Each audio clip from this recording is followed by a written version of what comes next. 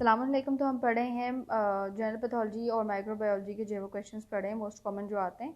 आप कहीं से भी देख रहे हैं, इंडिया से, पाकिस्तान से, बांग्लादेश से, दुनिया में कहीं से भी हमारे पास, क्योंकि बुक्स सेम होती हैं इंटरनेशनली। जो जितनी भी मेडिकल बुक्स हैं, कोर्सेज हैं, उन सब की बुक्स सेम है, कोर्स सेम है, हमारे पास मेथड सेम है। तो डिसिप्लिन के अंदर जितने भी क्वेश्चन आंसर्स हैं वो भी मोस्टली जो है वो सेम ही आते हैं।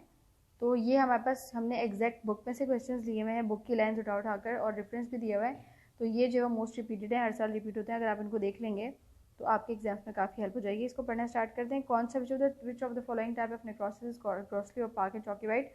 चॉकी वाइट जो है वो इसका कीवर्ड है। तो कौन सा नेक्रोसिस है जो चॉकी वाइट होता है? तो फैट नेक्रोसिस जो है वो आपके पास चॉकी वाइट कलर का होता है। Which of the following type of necrosis most commonly associated with ischemic injury. Ischemic injury में मतलब कौन सा नेक्रोसिस जो इस्केमिक इंजरी से जो है वो एसोसिएटेड है? It is coagulative necrosis. Diastrophic calcification जो है वो ज़्यादातर किससे मोस्टली किससे एसोसिएटेड होता है? नेक्रोसिस एसोसिएटेड स्टेटमेंट है ये।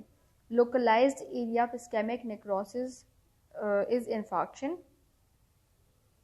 Metabolism is most commonly associated with chronic irritation. Which of the following is a reversible change. इनमें से कौन सा रिवर्सिबल चेंज है? It is swelling of endoplasmic reticulum. जैसे ही जो रीजंस है वो ख़त्म होंगे, कॉजेज, तो फ़ौरन से जो है वो एंडोप्लाज्मिक रेटिकुलम अपनी पुरानी फॉर्म में आ जाएगा। लेकिन बाकी जितनी भी चीज़ें यहाँ पर लिखी हुई हैं उसमें ऐसा नहीं होता। After the initiation of acute inflammatory process, जैसे ही एक्यूट इन्फ्लामेटरी प्रोसेस स्टार्ट होता है, अचानक से इन्फ्लामेशन शुरू होती है, तो जो सीक्वेंस के अंदर तीसरी चीज़ होती है वो कौन सी होती है? वेस्कुलर फ्लो को जो है वो चेंज करने के लिए, तो आपकी वेजल्स जो है वो वेजोडाइलेशन हो जाती है ताकि ब्लड फ्लो जो है बढ़ाया जा सके। Which of the following are thought to mediate in the systemic effect of inflammation are chemotactic and stimulate adhesion molecules are interleukin 1 and tumor necrosis factors. Okay, which of the following is the hallmark of acute inflammation? It is neutrophil. Granuloma formation is most frequently with a persistent irritant. Morphologic changes seen in the chronic non-specific inflammation includes in morphologic changes वो पढ़ते हैं जो visual changes होते हैं, दिखने में जो changes आते हैं। तो वो आपके जब नॉन स्पेसिफिक इन्फ्लामेशन देखते हैं, क्रॉनिक नॉन स्पेसिफिक इन्फ्लामेशन हम देखते हैं, तो आपके पास लिम्फोसाइट, प्लाज्मा सेल और फिब्रोसिस के अंदर चेंजेस आते हैं। Caseation necrosis is most characteristic of tuberculosis. The most characteristic feature of granulation tissue is the growth of fibroblast and new capillaries. जब ग्रेन्युलेशन स्टार्ट होती है तो वहाँ पर नए फिब्रोब्लास्ट भी बनते हैं और नई नई कैपिलरीज भी बन जाती हैं for the blood flow. It's healing and repair वाला चैप्टर है, उसमें स्टार्ट में ही लिखा हुआ है। कैसे the growth factor elaborated by macrophages which results macrophages and fibroblasts to wound site and induce all step in angiogenesis, vascular endothelial growth factor. A young man of 20 got a lacerated wound on the left arm. Staged 1 week later, sutures are remain healing continued but the side become disfigured. Okay, एक 20 साल का लड़का है, उसके कंधे पर जो है वो उसके लेफ्ट आर्म पर जो है वो स्टिचेस लगे हैं, उसको चोट लगी थी। तो अब वो जो है 1 से 2 हफ्ते बाद हम देख रहे हैं कि जो उसके ज़ख़म है वो भर तो रहा है, लेकिन मुकम्मल अभी तक भरा नहीं है, मतलब अभी तक रेड रेड ही है वो। तो जब हमने 1 से 2 महीने की बात देखेंगे तो आपको क्या लगता है कि मोस्ट कॉमनली वहाँ पर क्या हो सकता है? तो वहाँ पर नोड्यूलर स्कार हो सकता है। नोड्यूलर स्कार उन्होंने पहले बताया है। नोड्यूलर स्कार के बाद जो है वो क्या हो सकता है, उसने पूछा है उस साइड पर। अगर आपने नोड्यूलर स्कार देखा होगा तो आपको पता चल जाएगा कि ये क्या है। ऐसे एक नोड्यूलर एक्नी क्या होती है? मोटी मोटी फूली हुई एक्नी होती है जिसका मुंह नहीं होता। हम कहते हैं ना एक्नी है लेकिन इसका मुंह नहीं है, तो उसको हम फोड़ नहीं पाते। तो नोड्यूलर स्कार ऐसे होते हैं कि इसमें आपको पता नहीं चलता कि इसका जो है वो हेड कहाँ से आ रहा है, लेकिन उसके अंदर जो है वो पस भर जाती है और वो सूज जाता है। और इसकी अगले स्टेज में क्या होता है कि आपके पास केलॉइड फॉर्मेशन हो जाती है। केलॉइड क्या होता है? लाल रंग का, तेज़ लाल रंग की चिकनी चिकनी सी स्किन होती है, बहुत फूली हुई मोटी मोटी। इतने ज़्यादा स्टिचेस नहीं होते जितनी गहरी जगह वो फूल जाती है, बहुत बुरी लगती है। और ये स्कार्स बहुत ज़्यादा विजिबल होते हैं, हाथ फेरने पर भी बहुत दरदरे मोटे मोटे से होते हैं। आप उसकी पिक्चर गूगल से देखेंगे तो आपके जहन में पूरा सिनेरियो आ जाएगा। If a rare disorder with early onset in life is inherited in such a way, अगर एक रेयर डिसऑर्डर ज़िंदगी के जो है वो शुरुआती हिस्से में जो आपको हो गया है, जो कि आपको जो आपने इनहेरिट किया है अपनी फैमिली से, और वो इस तरह इनहेरिट किया है कि जो फैमिली के मेल और फीमेल ऑफस्प्रिंग्स हैं उनको वो इक्वली इफेक्ट कर रहे हैं, और जो जितने भी होमोजाइगस पर्सन हैं आपकी फैमिली में वो सारे इफेक्ट हो रहे हैं। तो ये इनहेरिटेंस का कौन सा मोड है? तो ये रिसेसिव मोड है आपके पास इनहेरिटेंस को लेने का, यानी आपने रिसेसिवली जो है वो इस डिसऑर्डर को आपने लिया है। इससे पहले जो था वो कहीं पे जो आपसे पहले जितने भी जो जनरेशन्स गुजरी हैं उनमें कहीं पर ये डोमिनेंट था, उसके बाद ये रिसेसिव होकर चलता हुआ आया। तो आपके पास ये ऑटोसोमल रिसेसिव डिसऑर्डर है। अगर बॉटनी के अंदर आपको वो चेक्स याद हैं एक्स और बी वाई वाले, तो आपको मेरी बात थोड़े में ही समझ में आ जाएगी। If a rare disorder with an early onset, एक रेयर डिसऑर्डर, रेयर इसलिए बोल रहे हैं कि इससे पहले वो जो डिसऑर्डर था वो कभी ज़ाहिर नहीं हुआ था। रेयर इसलिए, हर वो चीज़ रेयर होती है ना जो बहुत कम होती है, तो वो डिसऑर्डर ऐसा था जो इससे पहले किसी आपके जनरेशन में किसी के ऊपर ज़ाहिर नहीं हुआ था, लेकिन अब वो अचानक से ज़ाहिर हुआ है, डोमिनेंट हो गया है।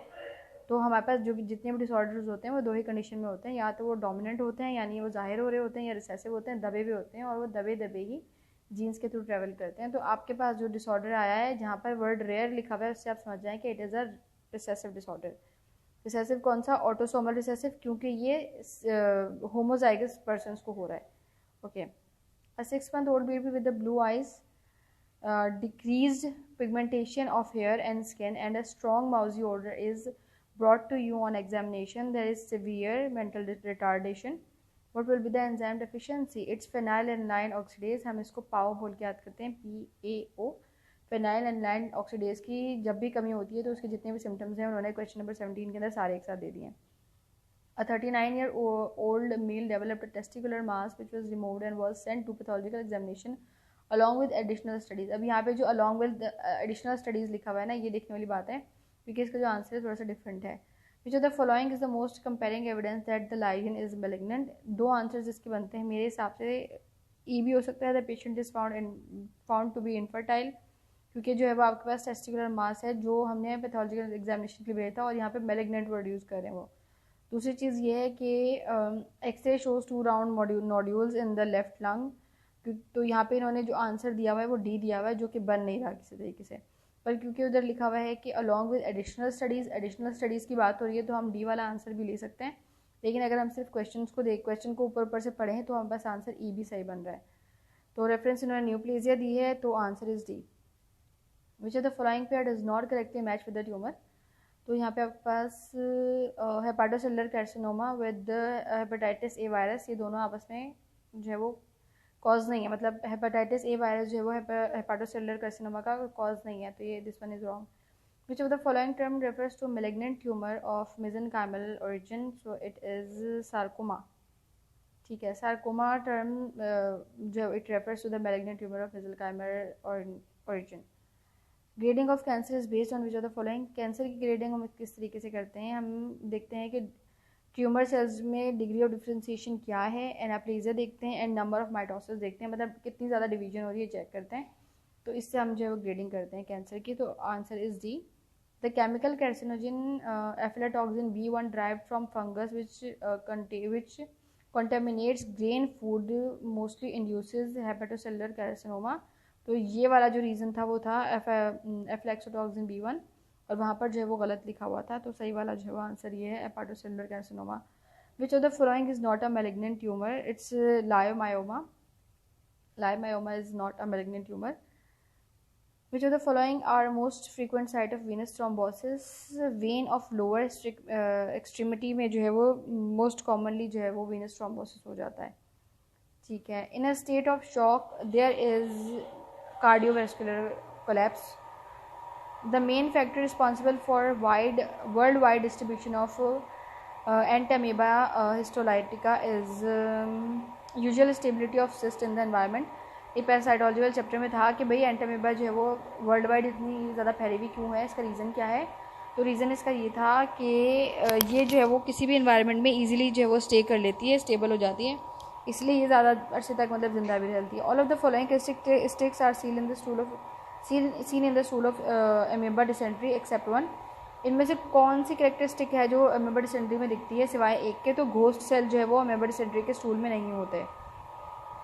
Parasite induced pernicious anaemia is caused bye